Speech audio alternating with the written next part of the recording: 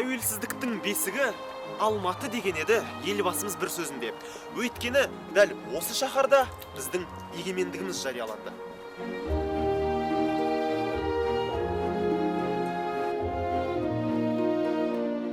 Рас, Алматыда урбандалу үздіксіз жүрді. 21 жылдың ішінде 30 шақты қала маңы поселкілері 22 шағын аудан болып сапқа қосылды. 2008 жылы Алматының 6 әкімшілік ауданы жаңадан құрылған Алатау ауданымен толықты.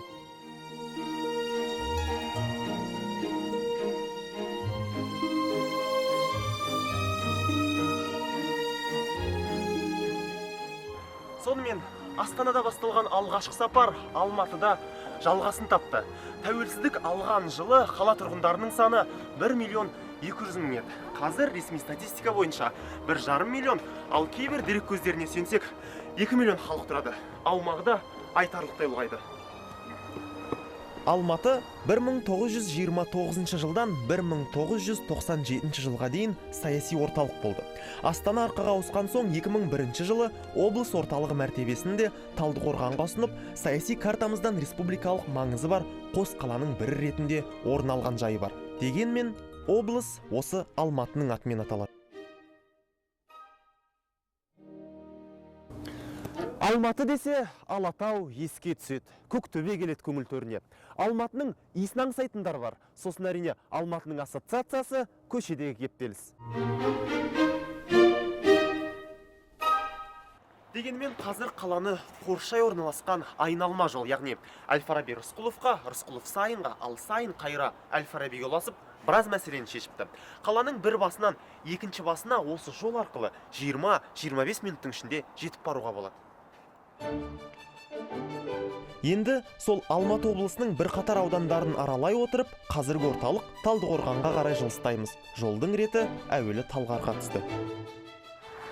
Біз қазір Алматы облысы Талғар ауданындағы көлік құрастыру зауытына келіп жеттік.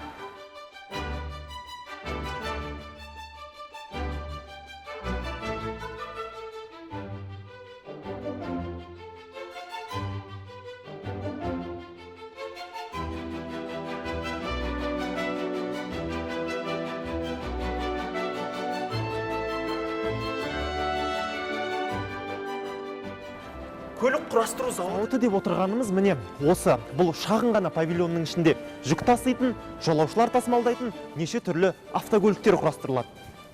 Неше түрлі болғанда бас аяғы 7 түрлі автокөлік. Бөлшектер оңтүстік Кореяда жасалған. Өзімізде құрастырғанның бір жақсысы арзанға түседі, әрі тапсырысқа сәйкес түрлендіре беруге болады. Бұл әлгі ауылдағы ауланың бір бұрышында тұратын ескі қалдық емес. Су жаңа шанақ, яғни осы күйінде Кореядан келеді. Содан кейін боялып, арнайы қондырғылары орнатылған соң, бір-ақ күннің ішінде жолаушылар тасымалдайтын автобусқа айналады. Мысалы, мына автобус төтенше жағдайлар қызметінің тапсырысымен жасалуда. Сол себепті артқы есіктері астынан үстіне қарай емес, екі жанына қарай ашылатын етіп өзгертіліп жатыр. Бұл жұмыс негізі бізде өте мұқияттылықты талап етеді. Себебі әр бөлшектің, әр заттың өз орны болғаннан кейін, оны орнына қоя білу керек та. Егер бір бөлшекті шатастырып алатын болсаң, басқалары іске қосылмай қалуы мүмкін. Осылайша қазақ баласы да құпиялы техниканың қыр-сырын қапысыз меңгеріп жатыр. Қаңтарда зауыттың ашылғанына 1 жыл толады. Жоспарға сәйкес 1000 автомобиль дайындалды. 2014 жылы бұл шама 2 есеге ұлғаюы тиіс. Оған дейін мұнда тағы да 100 жаңа жұмыс орны ашылады.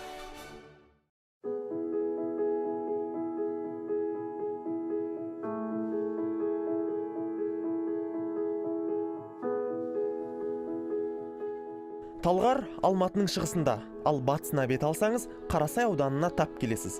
Әйгілі Үшқоңыр, Қасқасу, Шамалған секілді жер су атаулары осы ауданға тән. Шамалғанның өзі де қазір Үшқоңыр ауылы деп аталады. Президентіміз Нұрсұлтан Әбішұлының туған жері. Елбасы орта мектептің 9 жылын осы ауылда, 10 сыныпты Қаскелеңдегі Абай атындағы мектепте оқыған. Міне, жаңа айтқан Абай мектебі. Елбасы 1957 мен 58 жылдар аралығында білім алған қара шаңырақ. Бұл ғимарат бірақ қазір мектеп емес, Қарасай аудандық тарихи өлкетану мұражайы.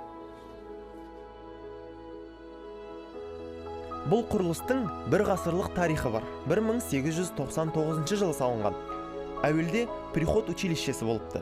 37 жылы өңірдегі тұңғыш қазақ мектебі ретінде ашылып, Абай есімін иеленген. 1999 жылдан бері мұражай. Сәлеметсіз бе? Сәлеметсің бе балам. Мінекей сіздердің мұражайларыңызға деп қалдық. Өте қуаныштымын. Бұл музей бұрын Қарасай ауданы тарихи өлкетану деп атауы болса да, бірақ та ауданымыздың осы жұртшылығының қойған президенттік музей деп аталады.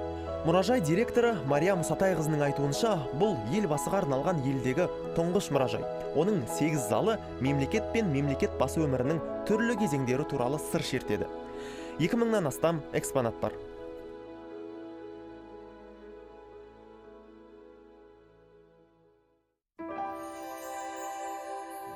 Қаскелеңнен оңтүстікке, яғни тауға қарай бағыт алсаңыз, Кіші Алматы өзенін бойлап, Алатаудың шатқалдарына енесіз. Демалыс аймақтарын былай қойғанда, мұнда ара, марал шаруашылықтары көптеп кездеседі. Солардың ішінде бізді қызықтырғаны мыңғыртып балық бағып отырғандар.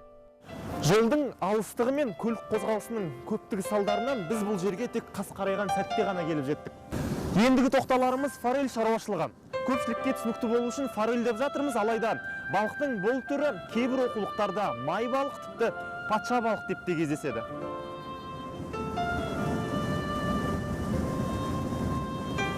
Патша балық таза, тұщы сулы өзендер мен көлдерді мекендейді. Сондықтан табиғи судан аулап сату қиын шаруа. Дегенмен осыдан 5 жыл бұрын Ақсу шаруашылығы оны қолға өсіруді кәсіп етіп бастаған. Бұл балықтың өнімділіктері жылына 2 рет, көктем мен күзде сонау Дания елінен әкелінеді. 15-20 күн бойы алғашында осындай ыдыста сақталған балық қабығын тастаған соң ғана менің сол жағымдағы тұрған ванналарға жіберіледі. Ал бұл ванналардағы кішкентай ғана балықтың салмағы 25-30 граммға дейін жетуі тиіс. Ондай көрсеткішке шамамен 2,5-3 айдан кейін жетуге болады.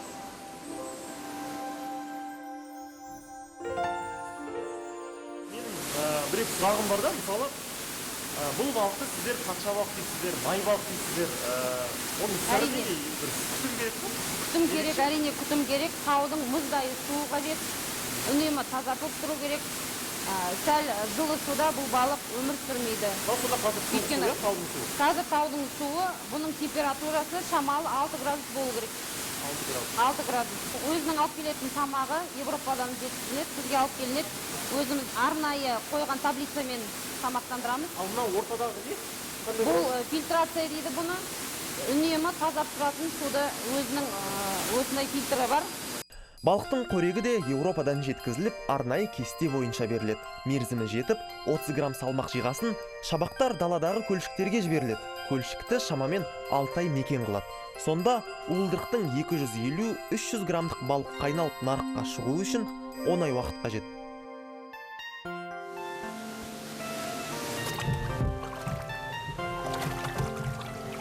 Мінекей, форель балығы осындай көлемге жеткеннен кейін ғана сатылымға шығарылады.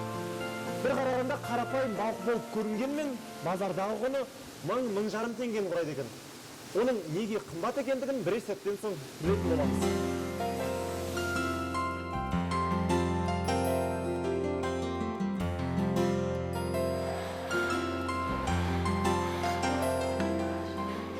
Сонымен біз қазір Ақсу форель шаруашылығының мейрамханасында отырып, жаңа ғана ұстаған балығымыздың дәмін көргелі тұрмыз. Гүлсая, осы балықтың ерекшелігі неде сонда айтыңызшы? Енді сіздер өздеріңіз көріп кеткендей, бұл балық таза суда өсіп өнеді, ағымды суда. Ағзаға өте пайдалы, табиғи таза, қылтықтары жоқ, дайындалуы да өте тез, қорылуы оңай. Шынымен дәмді екен.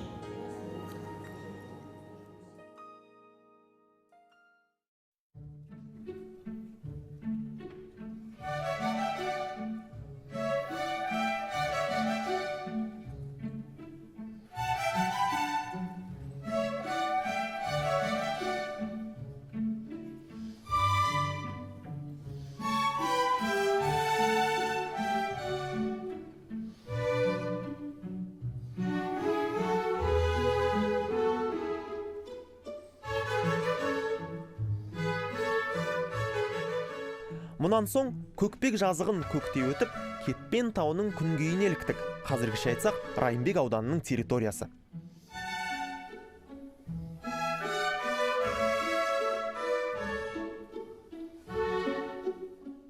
Орта меркі, шет меркі, қарқара мен жалаңаш, жердің көркі ай деп келетін әйгілі әнде айтылған үш меркінің тұсында тұрмыз. Мынау жатқан қысы жазы басынан қар кетпейтін күнге Алатау, ар жағы ыстық көл, қырғыз жері. Ал жалғасы Талғарға дейін тіреліп, Алматыдағы Іле Алатаумен астасып кетеді.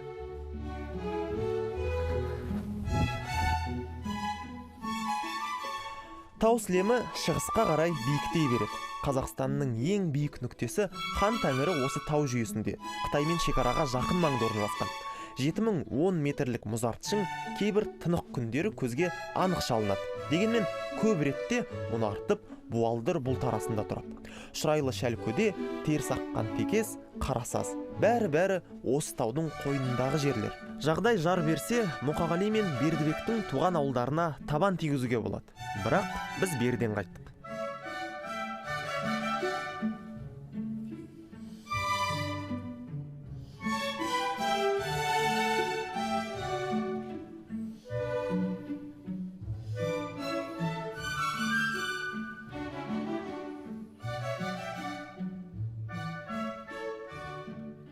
Бағдарымыз өңірдегі ең ірі жобалардың бірі Мойнақ су электр станциясы.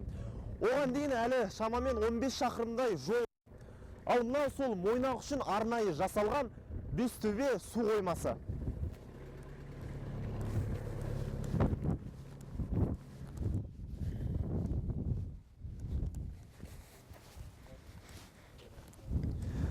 Мына жерде Бестөбе су қоймасы туралы аз көп ақпарат жазылыпты. Мысалы, бұл қойманың салынуы 1985 жылы басталып, тек 2011 жылдың қазан айында аяқталды. Бұл қойманың толық сыйымдылығы 238 миллион текше метр екен. Бұл дегеніміз 240 миллиард литр дегенді білдіреді.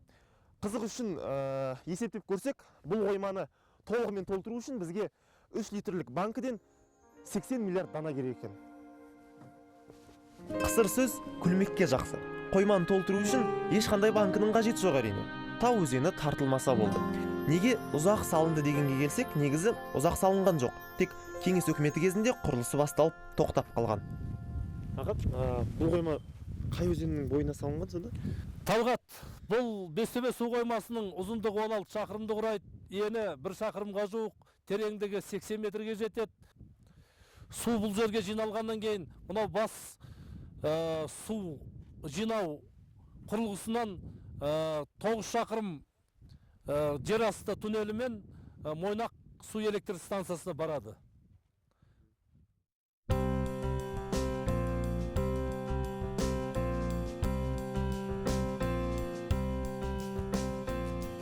Ғасыр құрылысы аталған Мойнақ су электр станциясы 2011 жылы іске қосылды.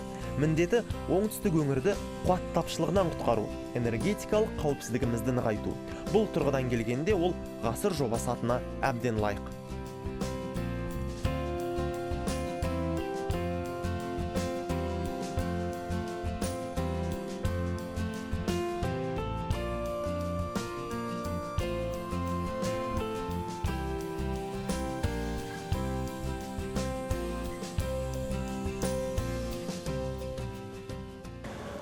Мынау жаңағы Бестөбе су қоймасы.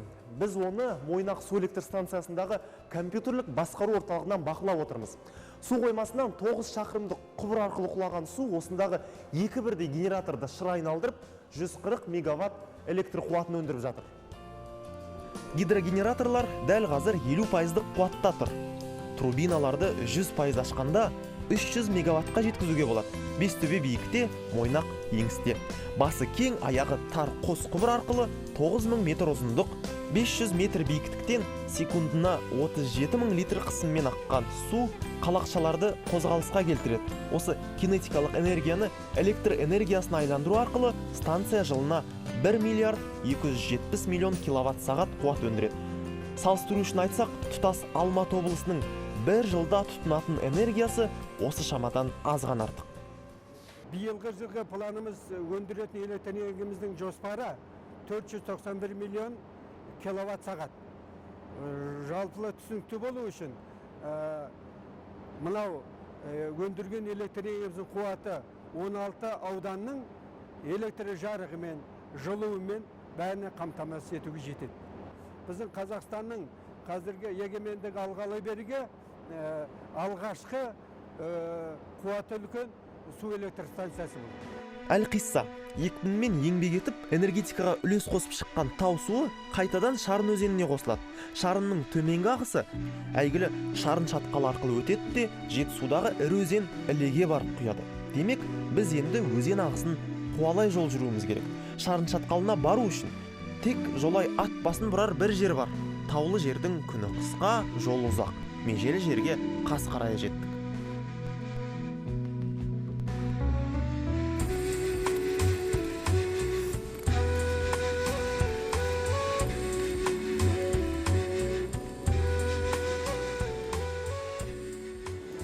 Өзен де жоқ симаған арнасына, жылға да жоқ даламен жалғасуға, таста тұнған жаңбырдың тамшысындай қалай біткен мына көл тау басына.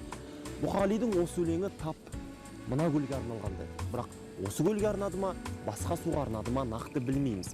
Таң атқан соң біреу-міреу кезіксе сұрастыра жатармыз.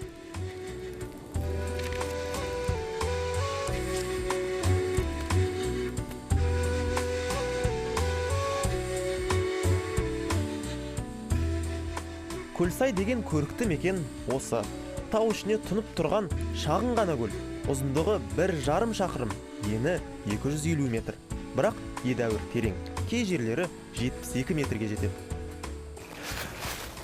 Бұл көлдің біз білетін ерекшелігі мынау. Мұнда ешбір өзен құймайды. Су тау бұлақтарынан жиылған.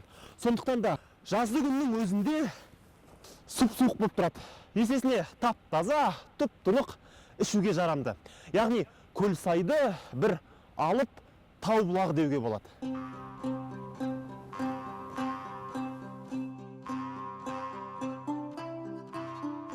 Бір ғажабы, көл бертінде 19 ғасырдың аяғында пайда болған. Өңірдегі қатты жер сілкінісінің нәтижесінде тау жыныстары құлап, өзекте табиғи тоспа түзілген. Сол тоспаға жиылған су кейіннен Көлсай аталды. Көлсайда балықтың екі түрі мекендейді. Оның бірі сапар басында өзіміз дәмін татқан патша балық, яғни форель. Бірақ аймақта аң атуға, балық аулауға тыйым салынған.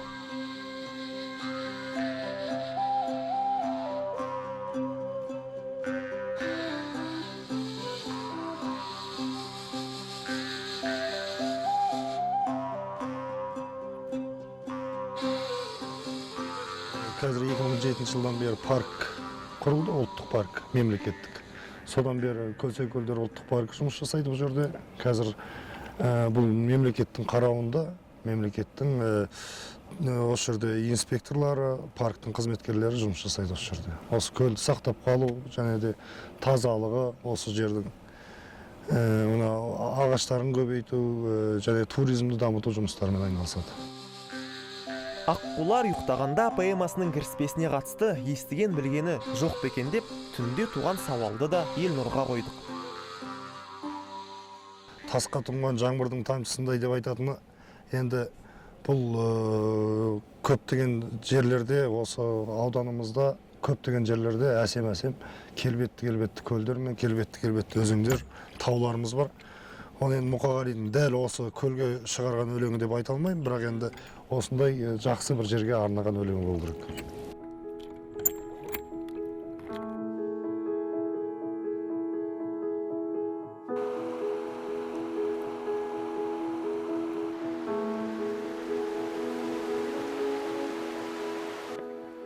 Жаз бойы бұл жерден адам үзілмейді. Бір маусымның өзінде 13-14 мыңға дейін жуық турист келетін көрінеді.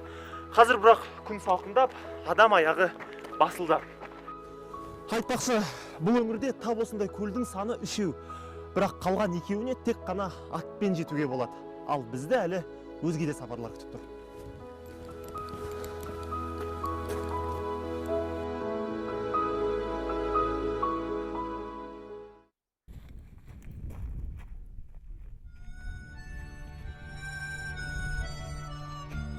Мына бір жұмбақ кейіптегі сұлулық жер бетінің екі-ақ нүктесінде бар деседі. Бірі осы шарын шатқалындағы аңғар, екіншісі ақштағы үлкен Колорадо каньоны.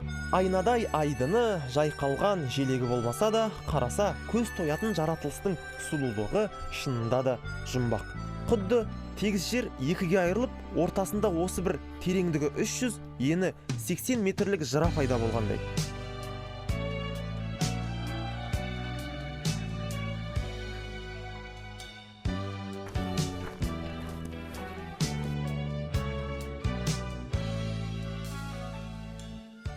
Шарын шатқалының ұзындығы шамамен 15 шақырымды құрайды. Теңіз деңгейінен 1000 метр биіктікте жатыр. Шатқалдың мұндай ерекше көрініске ие болу тарихына байланысты нақты тұжырым жоқ. Әйтеуір, мына тастардың айрықша пішіндері көрген жанды қайран қалдырады. Сәл-пәл қиял қосқан адам бұл тастардан түрлі бейнелер көре алады. Ұшқалы тұрған үйрек, секіргелі тұрған құрбақа, ұйқыдағы батыр, апатқа ұшыраған кеме. Оның бәрі әрине елестетуге байланысты. Содан бекен ертеректе жергілікті тұрғындар бұл жерді Сайтансай атапты. Ал шарын атауы кейіннен шатқалдан өтетін өзеннің атына сәйкес қойылса керек.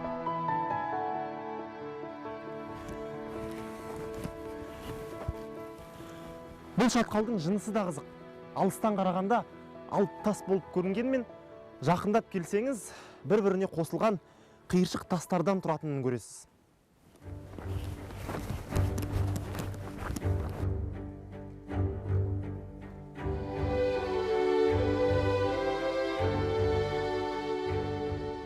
Кәдімгі жартастарда ең құрғанда мүк өссе, мұнда түк өспеген. Ғалымдар шатқалдың шөгінді тау жыныстарына 30 миллион жыл береді. Су астында болды дейтінде дәйектер бар.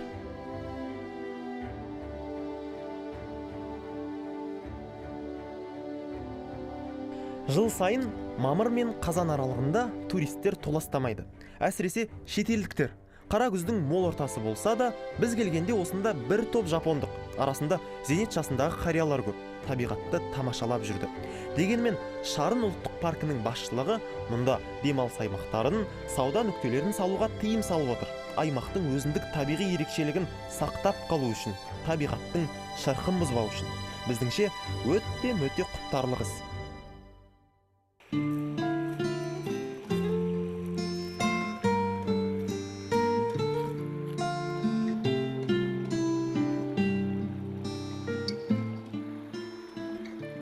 Шатқал соңы жайпақтанып, өзегі кеңейіп, өзен жайдақ арнаға шыққан жерде шарын ерен тоғайы басталады.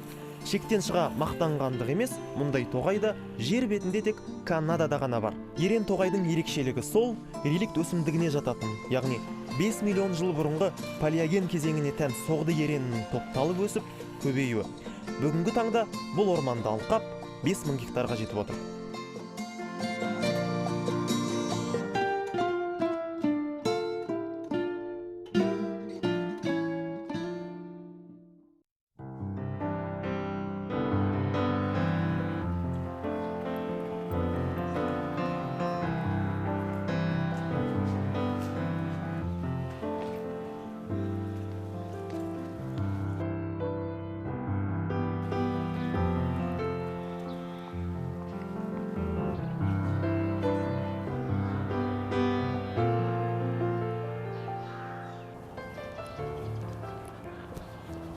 Бұл Қытай емес, бірақ Қытай шекарасына жақын өңір. Біз қазір Жаркент қаласындағы 125 жылдық тарихы бар көне мешітте жүрміз. Мешіт екені ай белгісінен ғана танылатын қызықты құрылыс 1887 мен 92 жылдар аралығында салынған. Сәулетшісі Хон Пик есімді Қытай шебері. Қытай шекарасы Жаркенттен 40 шақырым жерде. Сондықтан жергілікті халық үшін Қытайдан құрылысшы жалдау арзанға түссе керек. 1000 адамға есептелген. Ұзындығы 55, ені 29. Мұнарасының биіктігі 22 метр болатын мешіт ағаштан қиюластыра салынған және құрылысқа бірде-бір шеге пайдаланылмаған.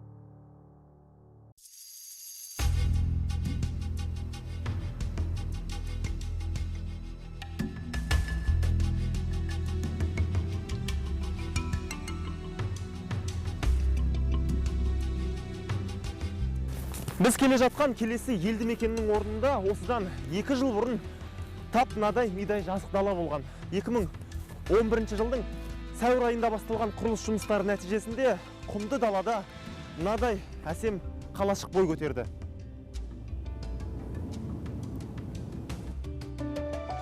Құрылыс 2011-дің сәуірінде басталып, 2012-ның тамызында аяқталды. Тұрғындар ақылдаса келе қалашыққа Нұркент деген ат ұсынды. Оны жуырда ғана ономастикалық комиссия бекітіп берді. Нұркент Қазақстанды Қытаймен байланыстырып тұрған шойын жолдың қызметкерлеріне арналып салынған. Жоспар бойынша 2,5 мың адам қоныстануы тиіс. Қазір 150 отбасы түтін түтетіп отыр. 35 гектар аумақта көп қабатты тұрғын үйлер, коттедж тектес жер үйлер, Оқтаудай түзу 6 көше орын тепкен. Қазірдің өзінде 240 орындық балабақшасы, асханасы, моншасы, өрт қауіпсіздік қызметі бар. 600 оқушыға арналған орта мектеп толықтай соңғы үлгіде жарықтанған. Оқушылар, сәлеметсіңдер ме? Қалдарың қалай? Жақсы. Іштеріңде кім үздік оқиды, кім ең мықты? Мен. Сенің атың? Еркежан. Еркежан. Сен нешінші сыныпта оқисың? Мен 6-шы сыныпта оқимын. 6-шы сыныпта? Мектеп ұнай ма? Иә, қатты ұнайды. Өте жақсы. Ұстаздарың? Иә, барлығы жақсы, өте білімді адамдар. Бізге жақсы білім береді. Сенің ата-анаң қай жерде жұмыс істейді? Ата-анам темір жолда жұмыс істейді. Кім болып? Менің әкем электромеханик болып жұмыс істейді. Электромеханик болып жұмыс істейді. Ендеше балалар, сабақтарыңды жақсы оқып, ұстаздарыңның тілін алыңдар. Ертеңгі күні Қазақстанның арқа сүйер азаматы болыңдар. Көп рахмет. Сау болыңдар.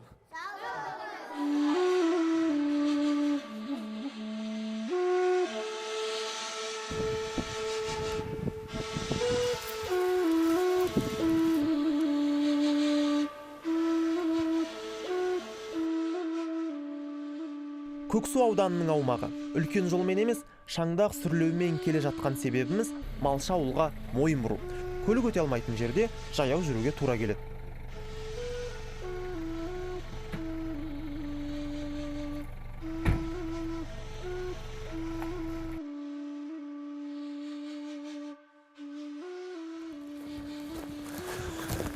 Ассалаумағалейкум аға. Уағалейкумсалам. Қалыңыз қалай? Жақсы бет, құдайды. Қай жақтың қазақ па? Көксу ауданы Шаңырақ ауылының адамы. Бұл жерде кімнің оймағы жүрсе? Шаңырақ ауылының малы бұл. Қанша мал? Бұнда 600 бас. 600 бас қойды бағы жүрсіз. Жалғыз өзіңіз? Иә, жалғыз өзім. Ағайынды рұқсат етсеңіз, мен де сіз сияқты атқа мініп көрсем бола ма? Ержан, бергеш.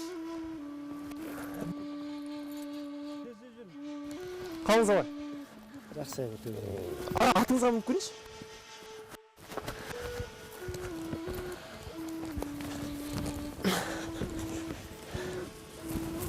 Рахмет аға. Сіздің атыңыз кім? Хамид. Хамид аға, менің есімім Талғат. Хамидтің әңгімесіне қарағанда, Шаңырақ осы өңірдегі ірі шаруашылықтардың бірі екен. 20 отар қойы, 20 шопаны бар. Жалпы шаруашылықтың ұсақ малы 15 мыңның шамасында көрінеді. О баста құрылған шағында Шаңырақтың еншісінде 3,5 мың ғана қой болған екен. 15 жылда 5 есеге көбейту шынында осы кісілердің қажырлы еңбегінің және мемлекеттік қолдаудың жемісі. Енді негізі қой бағу қиын шығар? Оңай зат жоқ. Қой бағу қиын. Осы әйтеуір еңбек жасап, қой бағамыз. Жүні жақсы болу үшін қой сені жайлаудан түсіру керек. Қыстан жақсы шығып, көктемде қозы алу үшін күйлі болу керек. Қазақтың ата кәсібін жалқаудың жұмысына балайтындарға бұл жақсы жауап болса керек. Дегенмен еңбектің наны тәтті, 3 баласын оқытып, отбасын үйтіп отырған жайы бар. Басында киіз үйден бөлек баспанасы, жылқыдан бөлек темір тұлпары тағы бар. Айтуынша өңге 20 жанұяда мал өсірсең қой өсір, өнім оның көл көсірді тәмсіл етіп, тап-тамаша ғұмыр кешіп жатыр. Сиырлар қай жерде? Сиырлар мына жерде, жақын жерде, бетте жатыр. Жаяу баруға бола ма? Болады, жаяу баруға. Онда аға, рахмет атыңызға. Мен ары қарата жол жүре берейін. Сау болыңыз.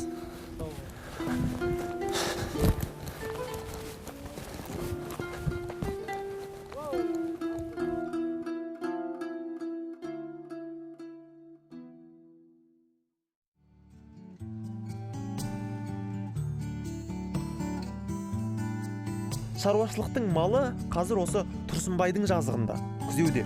Қыста құмға көшеді. Әзірге 4 түліктің бір-біріне жақын жатуының себебі осы. Ассалаумағалейкум.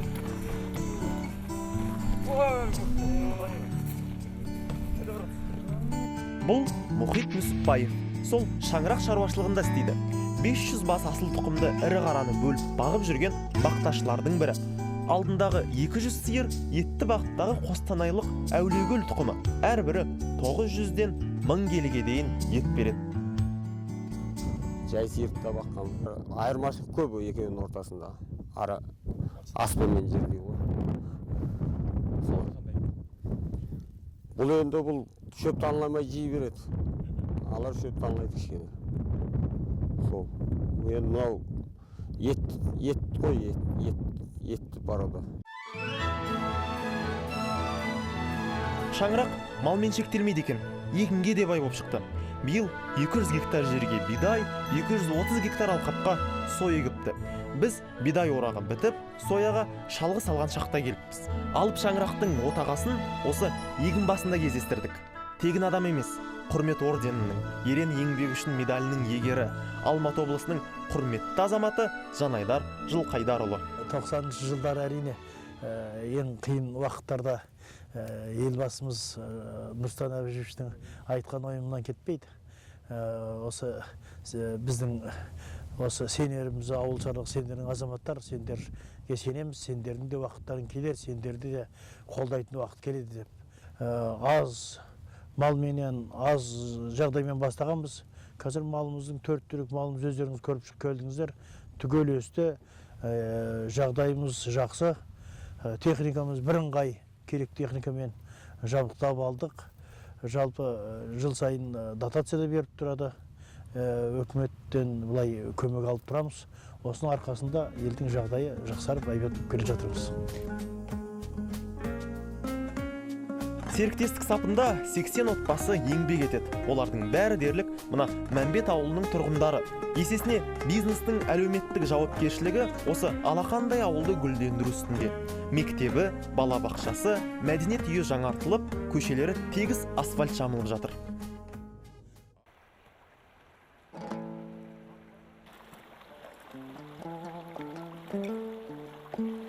Бұл өңірдің тағы бір ерекшелігі топырағы құнарлы, суармалы жерлері мол. Шыбыққа қадасаң, талға айналатын аймақтың өзі. Міне осындай кереметтеріне бола жер жанаты Жетісу делінсе керек. Жетісу демекші, мына жатқан Көксу Жетісудың жеті өзенінің бірі. О баста Жетісу атауының қай жеті өзенге қатысты шыққанын анық айту мүмкін емес. Жетісуда өзен көп. Жеті өзеннен үміткер суларды санасаңыз, жетеміз 10-нан асып кетеді. Түрлі нұсқалардың ішінде бұл жетілікке талассыз енетіні Көксу, Ақсу, Лепсі, Қаратал және Іле. Қалған 2 вакансиядан Аягөз, Тентек, Шу, Талас секілді өзендер үмітті. Кей пікірлер бұл топқа тек Балқашқа құятындары ғана жатады десе, кейбіреулер аймақтан ағып өтетін өзендер де кіреді десіп жүр. Анығын Алла білет және ата-бабамыз білген. Түптеп келгенде қазақта жеті саны көп сөзінің синоним ретінде көрініс тапқанын ескеріп, жер атауын тура мағынасында емес, ауыспалы мағынасында қабылдағанымыз жөн шығар.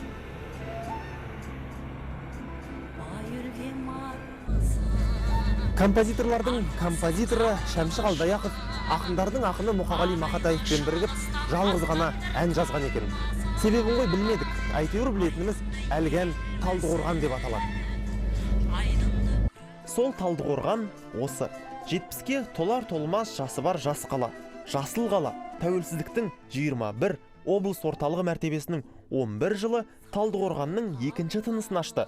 Ғылым, білім ошағы, мәдениет пен туризм орталығы ретінде қанатын кеңге жайып келеді.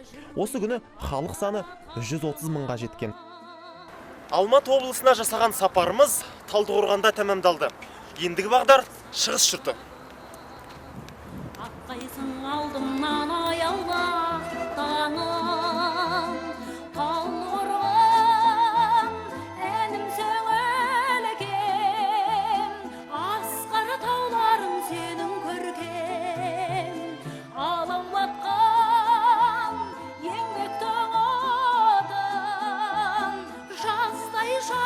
жайлап менің еркем, талды құрған аңсаған әнімсің.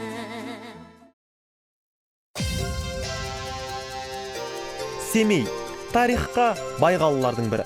Іргесі 1718 жылы қаланған бекініс болып, сауда-саттық торабы, мәдениет пен білімнің орталығы ретінде бертінге дейін үлкен рөл атқарып келді. Содан да шығар қалада тарихи ғимараттар көп ақ.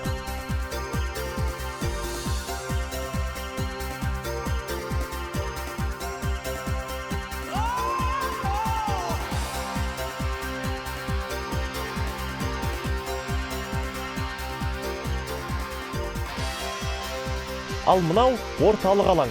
Жастар әлде бір қуанышты мерекелеу үстінде.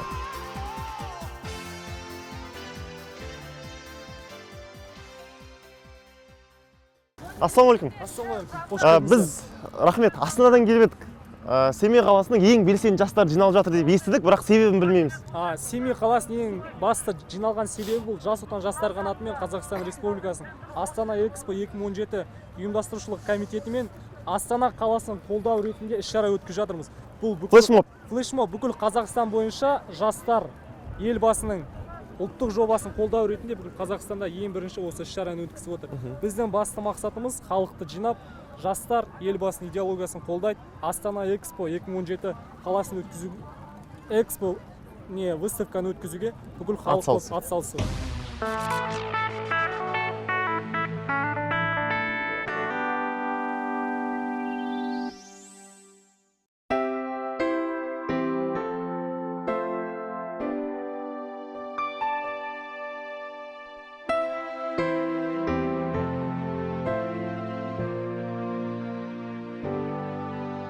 Айтпақшы, Семейді қақ жарып Қазақстандағы ең үлкен өзен Ертіс ағып жатыр. Енді солай қарай жылжимыз.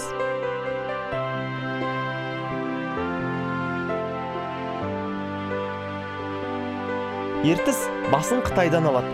Ресей жерінде Обь өзеніне құяды. Жалпы ұзындығы 4248 шақырым. Соның 1700 шақырымы менің жерімнің еншісінде. Бұл көпір мынадай болат арқандарға асылып тұр. Қазақстандағы ең үлкен аспалы көпірдің ұзындығы 800 метр. Ортасына келіп тұрсаңыз, көпірдің теңселіп, қозғалып тұрғандығын анық сезесіз. Көпірмен тәулігіне 60-70 мыңға дейін көлік өтеді. ТМД-да жалғыз, әлемде санаулы. Биіктігі 100, ені 35, ұзындығы 750 метр. Кепілдігі 200 жыл.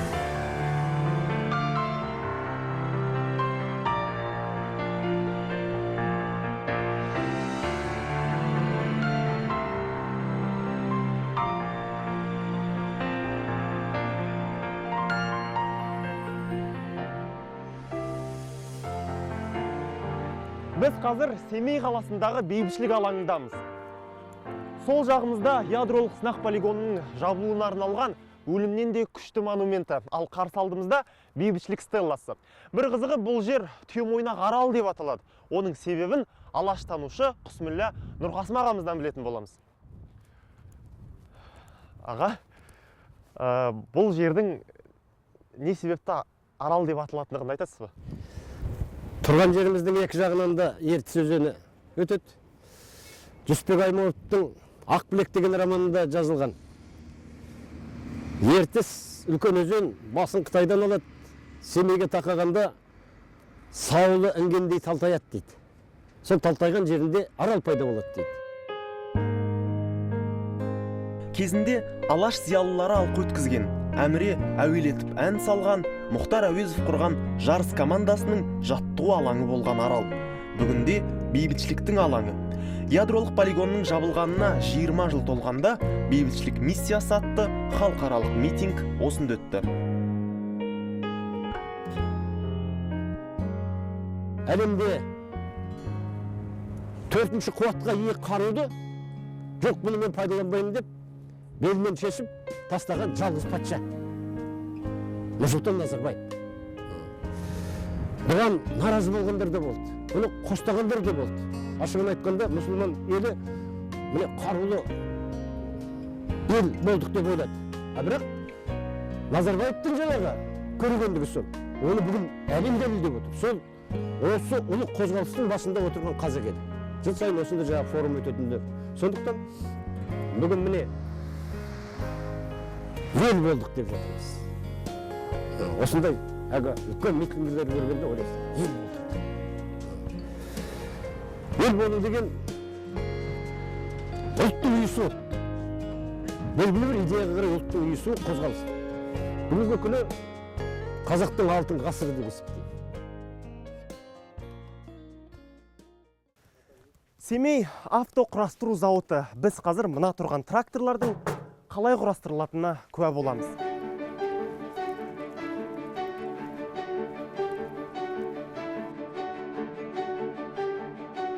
Экономикамыздың басым бағыттарының бірі аграрлық сала десек, ондағы техниканың рөлін еш нәрсемен салыстыра алмаймыз. Семаз автоқұрастыру зауытына келгенде түйген ой бұл. 2009 жылы ашылған өндіріс орны Беларусь маркалы трактордың 6 түрін жасап, отандық шаруалардың бір жағына шығысып жатыр. 80 аттың күші бар баяғы Беларусь 80-нің жаңартылған нұсқасы, 82 аттың күші бар Беларусь 82, 130 аттық Беларусь 12-де 21, қысқасы шамасына қарай бағасы 2 миллион мен 20 миллионның арасындағы неше түрлі модельдерді осыннан табасыз. Сонымен Рафат, біз отырған тракторды бастан аяқ құру үшін қанша уақыт керек сіздерге? Бастан аяқ құру үшін 5-6 сағат өтеді. Ал бұл трактордың бұрынғы кеңес өкіметінің кезіндегі жаңағы Беларусь деген трактордың айырмашылығы қандай? Айырмашылығы ол Беларусьтың күш қуаты 80 ат болса, бұныкі бұл Беларусь 12-21-дің күш қуаты 30 болады. 130 бұл электро стартер арқылы оталады. Бұрынғы қолмен оталады. Ол қауіпті, адамға қауіптілігі болады. Бұның қазір адамға қауіптілігі аз. Дизельмен жүреді? Дизельмен жүреді.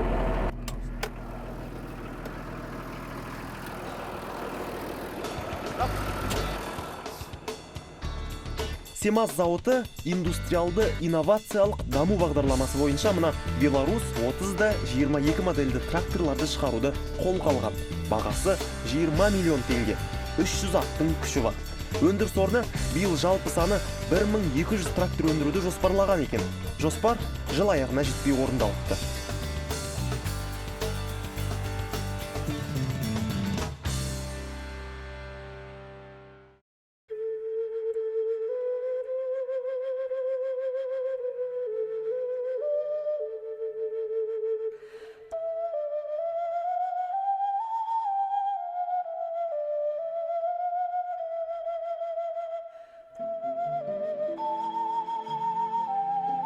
Семейден 180 шақырым жерде ғажайып нүкте бар. Кіндік нүкте. Еуразия кеңістігінің, Еуразия материгінің орталығы. Кіндігі деп таныды осы нүктені ғалымдар. Бірақ бұл аймақтың құны кіндік нүктеде емес, мына тұрған үйде оның кімнің үй екенін түсініп үлгерген боларсыз. Иә, сол Жидебай, Абайдың қыстауы, Абайдың салғызған тұрған үйі. Көшірме демес, жаңғыртпа демес, сол үйдің нақ өзі. Абай жолындағы салғызушы Айгерім мен Оспан, салушы осы атырапқа белгілі Қораш ұста Төре деген кісі болатын, ал салыс үлгісін берген Абай өзі еді деп суреттелетін қыстау там. Қазір мұражай болып тұрған бұл үйді Абай атам 1895 жылдың жазында салдырған. 6 бөлмелі, 2 дәлізді, биік, сәнді, әдемі. Тағда Абай жолына жүгінсек, әр бөлменің ұзыны көлденеңін, ішкі қатынас есіктерін, бәрінде Абай өзі қағазға сызды деген жолдарды табасыз.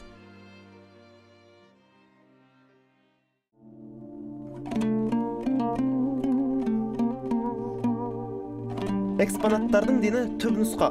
Оларды мұражай қызметкері Гүлсара Сұлтанқызы романмен байланыстыра отырып, әдемі түсіндіреді. Кіреберістен сол жаққа қарай ас бөлме. Абай атамыз пештің бәрін қалай қылып үйде салғызады. Мысалы шына қаланың пешін неге ас бөлмесіне әкеліп салғызды десеңіз, қонағы көп. Абайжыл романда суреттейді ғой. Жидебай, Ұлжан мен Зере отырған үлкен үйге қонақ көп келеді дейді, таңертеңнен кешке дейін ағылып. Сонда үлкен қазанда ет асылып жатады, кішкентай қазанда қуырдақ қуырылып жатады, тамақтың иісімен бу жанау жоғар жағындағы бу тартып арқылы сыртқы далаға тартылады. Міне осыған қызығып Абай атамыз өзінің қыстау үйінде қаланың пешін салғызады.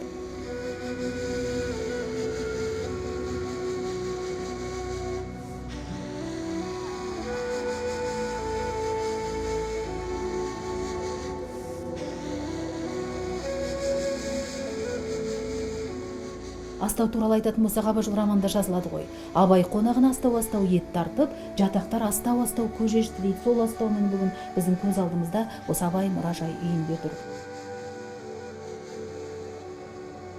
Қонақ бөлме ас бөлмеден бөлек. Жиылып алқа қотан әңгіме құрып, түн ауғанша алуан әңгіме айтылатын осында.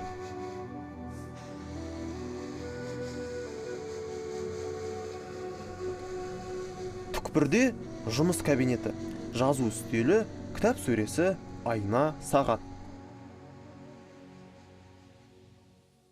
Есіңізде ме, Абайжыл романда былай деп суреттелуші еді ғой. Бөлмеге Ұлжан анамыз кірді. Ұлжан Абай атамыздың анасы. Пештің жиегіндегі тұрған тас шамды жағып еді. Мына терезенің алдында тұр. Бөлмеге қызғылт күңгірт сәуле берді дейді. Сол тас шам Абайжыл романда суреттелетін тас шамыңыз міне бүгін біздің мұражайымызда ең бір қасиетті, құнды жәдігеріміздің бірі болып тұр. Тоғызқұмалақ пен дойбыны жақсы көріпті. Есеп-шот, есеп комитетінде істеген кезінен естелік. Бұлар да түпнұсқа, тіпті шақша мен протез тісте.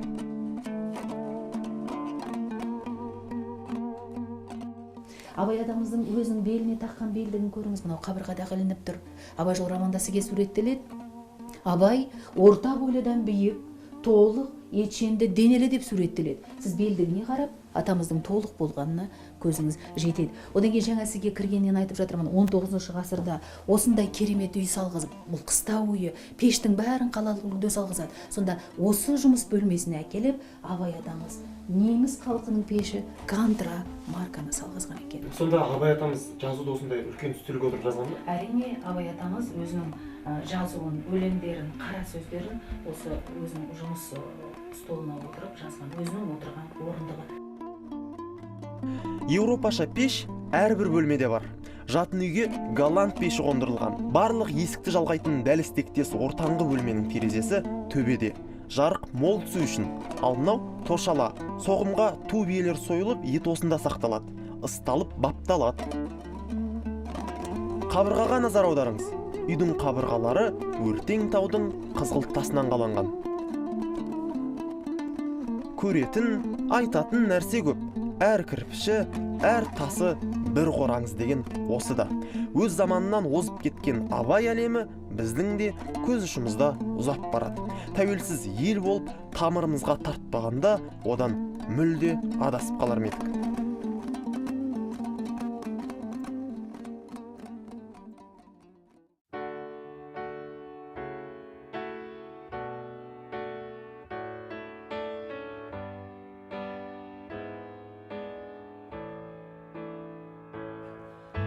Міне, өр Алтайдың сілемдеріне де табан тіредік. Ертісті бойлай шығысқа қарай жүрсеңіз, Семейден 200 шақырым жерде сол Алтайдың етегіне Өскемен шаһары жатыр.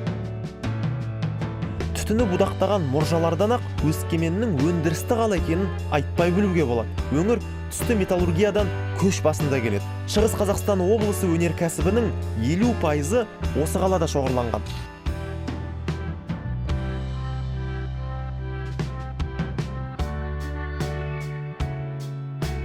Аймақтың ғана емес, әлемнің әйдік зауыттарының бірі Казцинк.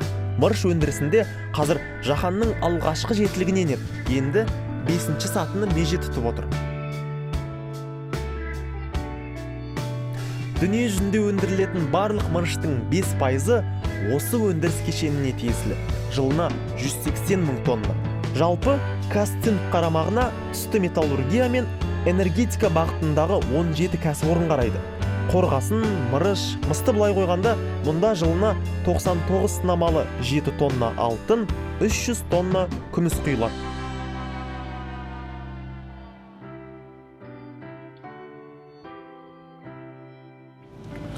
Өскемен Азия автозауытын білмейтін адам аз шығар, әсіресе Нивасын. Жай адамды былай қойғанда, әрбір ауыл әкімнің астында су жаңа Нива жүр қазір.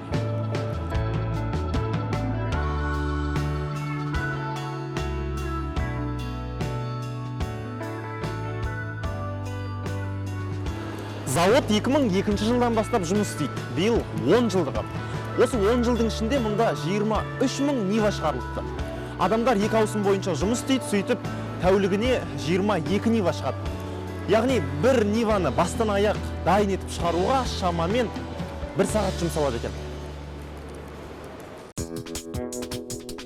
Азия Авто Нивадан бөлек тағы 3 марканың көлігін жинайды. 2005-те Шкода, 2007-де Chevrolet, 2010 жылы Kia құрастырыла бастады. Сонда бас аяғы 19 модель. Қазір бәрі де Қазақстан көшелерінде жүйткіп жүр. Министрлердің астында да осы көлік. Ал мен қазір Сұңғат Алтайқанұлымен 2013 жылы сатылымға шығатын темір тұлпарлардың арасында жүрмін. Не себепті Ниваның шанағы дейміз ғой, кузовы өзгермейді. Мысалы, егерде ол өзгерсе, бәлкім сұраныста артатын деді, кім біледі. Нива 70 жылдан бастап шығып жатыр Ресейден АвтоВАЗ заводына. Енді соған қарамастай, содан бастап сұраныс өте биік. Сол үшін Ниваны пока өзгертпей жатыр. Енді АвтоВАЗдың планы бойынша 2014-2015 жылы кузовты өзгерту.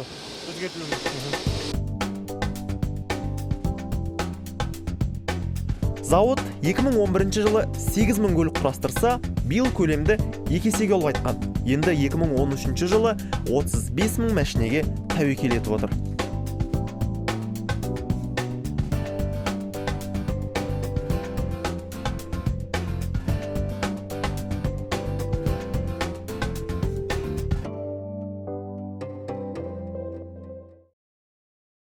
Бейнелеп айтсақ, Римнің ішіндегі Ватикан секілді Өскеменнің дәл ортасында өзімен өз жатқан бір ауыл бар. Мынау сол ауылдың орталық және жалғыз көшесі. Бұл ауылда 16 үй бар. 16-сы 16 түрлі, бірін-бірі қайталамайды. Бұл ауыл этноауыл. Қазақстанда тұратын негізгі ұлттардың қоныс тұрақтарынан тұратын аспан асты мұражай. 7 гектар аумақты алып жатқан ауыл мұражайдан 13 ұлттың өмір салтымен, тұрмыс стилімен танысып шығуға болады.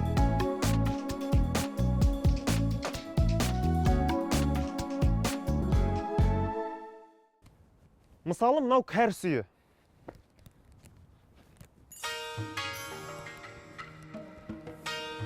Кәріс сериалдарынан күнделікті көріп жүрген сырғымалы есіктер,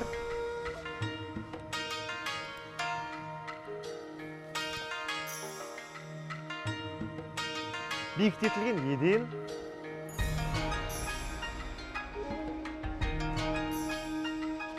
және ағашты терезелер.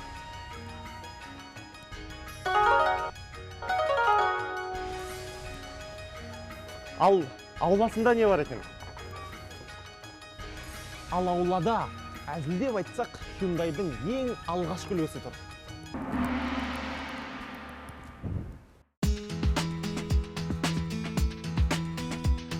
Әр үйдің құрылысында, интерьерінде ұлтқа тән ерекшеліктер сақталған.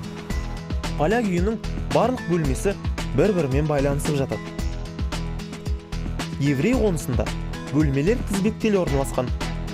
Кіреберістен ас үйге, ас үйден қонақ бөлмеге, одан жатын үйге өтесіз. Түркі халықтарының баспанасы кең деу келеді. Сосын көбіне бірнеше отбасыға лайықталады. Яғни ата-ана, келін бала бір шаңырақ астында өмір сүреді. Тау халықтары, славян нәсілі, бәрі-бәрінің өздеріне ғана тән ерекшеліктері жетерлік екен. Этно ауылдың құрылыс жұмыстарына 4-5 айдай ғана уақыт кеткен. Есесіне үй ішіндегі заттарды жинауға, оларды ғылыми негіздеуге қыруар еңбек жұмсалған сыңайлы. Қазір экспонаттардың саны 50 мыңнан асады.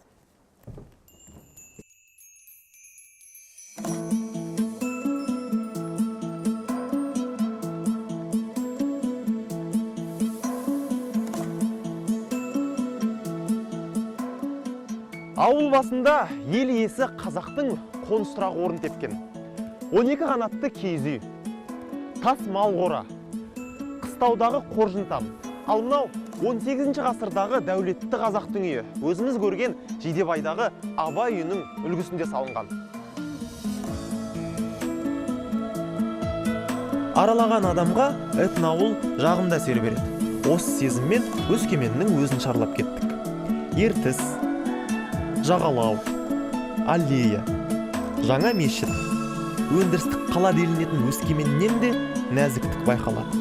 Қатал тақтық образы қазақы, жайлы, ауанға айналып үлгерген секілді. Міне, менің жерім осындай. Әзірге оның бір пұшпағын оңтүстік шығысы мен шығысын ғана жүріп өттік. Онда да аяқ жеткен жерді ғана аралап, тіл жеткенше ғана тамсан алдық. Артық кемі болса, айыпқа бұйырмассыздар. Шіркін, Оралханның өр алтайына барып, Қатон Қарағайды аралап қайтқанда мазмұнымыз молая түсермеді. Дегенмен, менің жерімнің теңдессіз сұлулығын қапысыз жеткізу үшін бірінші серияның соңын Алтайдың ажарымен тәмамдаймыз.